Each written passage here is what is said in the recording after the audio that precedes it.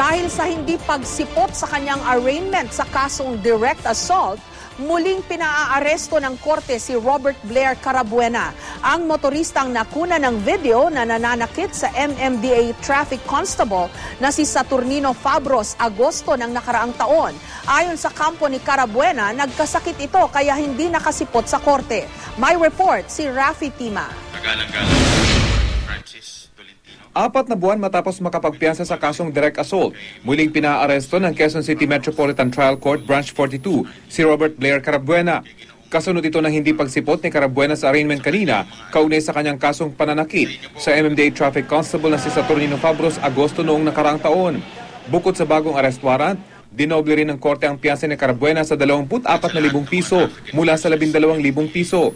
Natuwa naman si Fabros sa kautusan ng korte. Bagamat napatawad na raw niya si Carabuena, hindi raw siya titigil sa paghingi ng hustisya. Napatawad ko siya pero sa yung sa kaso niya, kasi naman po ng MMD po yung kaso niya, tuloy-tuloy na po talaga.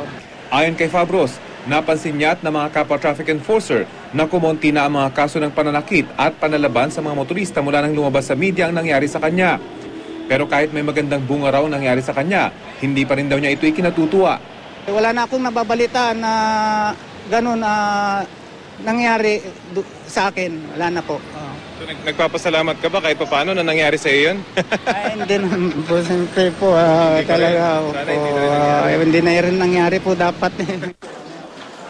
Sinubukan naming tawagan ng numero ni Carabuena pero hindi siya sumasagot. Base sa isinumiting medical certificate ng kinatawan ng abogado ni Carabuena, may sakit daw ang kanilang kliyente kaya hindi ito nakadalo sa hearing. Sa March 7, muling sinet ng korte ang arraignment kay Carabuena. Rafi Tima, GMA News.